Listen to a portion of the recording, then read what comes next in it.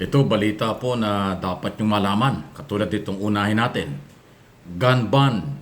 Bawal magdala ng baril dito sa buong Metro Manila, National Capital Region. Simula ngayong araw na ito.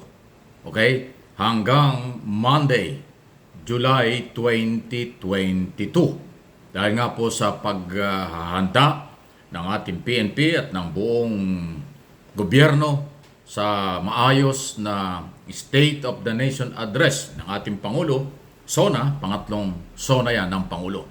Ayon kay General Marbil, PNP Director General, ginawa nila ito para lalo pang maging safe ang mga galawan ng mga delegado, invited, at yung mismong SONA na gagawin. So kaya Metro Manila, para buong NCR, ay walang makapagdadala ng baril kahit lisensyado yan, kahit may PTC yan, bawal muna pansamantala. Simula ngayong araw na ito hanggang Monday. Ilang araw lang naman. Okay? So, ang tanong, bakit kasama ang ibang lugar ay Quezon City lang naman ang SONA? Ay hindi. Dahil ang pinag-usapan dito, buong Metro Manila para siguraduhin nga po na maayos. Na ang makapagdadala lang ng baril ay yung mga pulis o law enforcement agency na on duty. Ang sibilyan, kung hindi naman kailangan, huwag muna. Dahil kung hindi, baka magka-problema po kayo. O kung piskahin yan, sisitahin pa kayo. At pagka nahuli yan, problema pa. Kaya paalala lang ito ha. Ngayon lang naman ito. After July 22 sa Monday, Tuesday, tuloy-tuloy na ulit yan. Ayan ha. Para ho dun sa may mga mahilig magdala ng baril or kung ano man, ayan para sa inyo itong balitang ito. Makipagtulungan tayo. Only Metro Manila. Sa labas ng Metro Manila sa buong bansa, hindi kayo kasali. Dito lang po, dahil sentro ang Metro Manila ng pagsasagawaan ng, tawag dito, SONA nga po. At hindi rin daw papayagan ng PNP ang mga walang permit na mga rally. Pwede mag-rally sa mga plaza. Pero dun sa along Commonwealth Avenue o ibang mga lugar na dadaanan ng delegado at kung ano man, hanggat maaari, ayaw nilang payagan. Kaya kung may magpipimilit na mag-rally araw ng SONA, lalo na kung malapit sa Batasan Complex sa Quezon City, hindi papayagan yan. Inuulit ko, pinapayagan lang ng PNP sa mga plaza. Halimbawa, Liwasang Bonifacio, Plaza Miranda, o kung saan man lugar, okay yan. Pero dito sa Commonwealth Avenue na siyang sentro ng dadaanan, mahigpit na ipinagbabawal. No permit, no rally, ang policy as of now. PNP at local executive po yan. Maganda ang coordination ng PNP sa Armed Forces of the Philippines, AFP, at siyempre kasama dyan ang Presidential Security Group. Don't panic, alam problema. Under control ng mga otoridad ang SONA papalapit na gagawin ng ating Pangulo. Para sa bayan, ang State of the Nation Address. Okay? Samantala, AFP at PNP, ang katapatan sa ating saligang batas at sa ating Pangulo ay walang pagdududa. Wala daw loyalty check, hindi daw kailangan yan. Sa halip, magtiwala ang taong bayan na ang sundalo at pulis, ang katapatan ay sa mamamayan, saligang batas at sa kanilang commander-in-chief, ang ating Pangulo. Hindi totoo.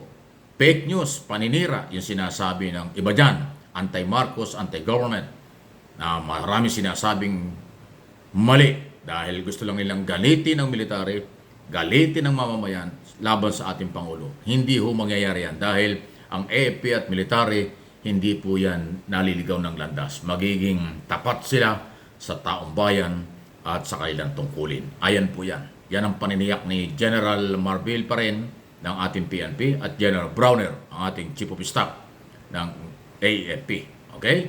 So, yung mga anti-Marcos, kung ano man ang sinasabi nila, huwag tayong maniwala dyan. Propaganda lang yan. Paninira lang yan. Wala na silang magawa. Kung hindi na lang pang-intriga at saka paninira na naging hanap buhay na nila, huwag kayong sumali sa maling hanap buhay.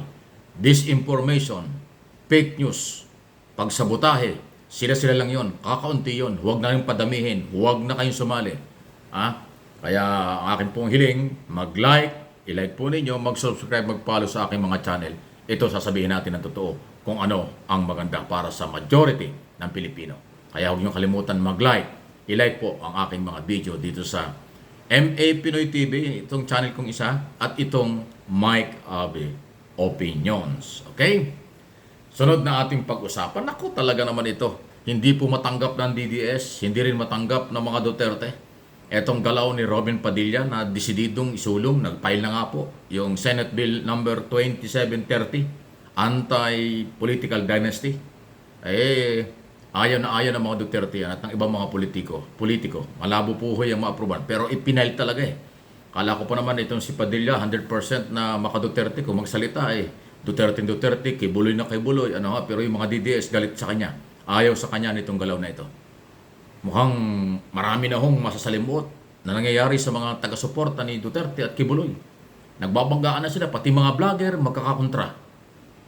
Pati supporters nila, iba-iba ang galaw. Kahit yung mga abogado nila, nakawindang-windang na kasi may mga abogado silang nadadawit sa Pogo. May mga abogadong kasamahan nila, bumabanat sa First Lady at sa ating gobyerno, hindi naman suportahan ng iba. Kasi unang-una, sabi ni Glenn Chong, yung isang abogado, nandaya daw ang Pangulong Marcos o ang administrasyon ito sa nakarang eleksyon. Sabi naman ni Atty. Vic Rodriguez na mayroong alam na alam niya dahil nandun siya ng mga panahon yon, wala daw ganon. Okay? Ngayon, ang sabi pa ng iba dyan, nakikialam daw si First Lady sa gobyerno, nakikialam daw sa trabaho ng Pangulo. Ito, inamin na ni Sara Duterte, Vice President, na hindi nakikialam si First Lady sa trabaho ng Pangulo. Hindi nakikialam si First Lady Lisa Araneta Marcos sa dahilan kung bakit siya nag-resign diyan sa Department of Education. So nakita nyo, yung akusasyon ng mga DDS, vlogger at supporters nila laban sa gobyerno, kinukontra ng kanilang kasamahan din. Talagang ginawa na nilang hanap buhay ang paninira. Ginawa na hong hanap buhay ang intriga. Ginawa nilang hanap buhay ang mali at fake news talaga na sila lang ho ang nagbubulahan, sila lang ho ang naniniwala. Kaya nga pakaunti sila.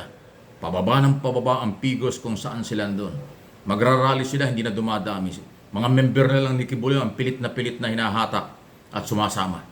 Naka-uniforme, iisa ang galaw. Iba naman yung galaw ni Kibuloy. Yung grupo ni Kibuloy, ang gusto nila, bawala yung kaso nila, suntok sa buwan yun, hanggat di may naharap sa korte. Yung grupo ng iba naman, politika. So pinagsama yung relihiyon at saka politika, kaya nakakawindang-windang.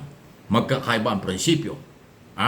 Pero ang iisang gusto nilang palabasin, palitan ng ating Pangulo na suntok sa buwan na hindi mangyayari as of now at sa mga darating na araw. Ako naniniwala, matatapos ni Pangulong Marcos ang kanyang term hanggang 2028. Hindi yan babagsak.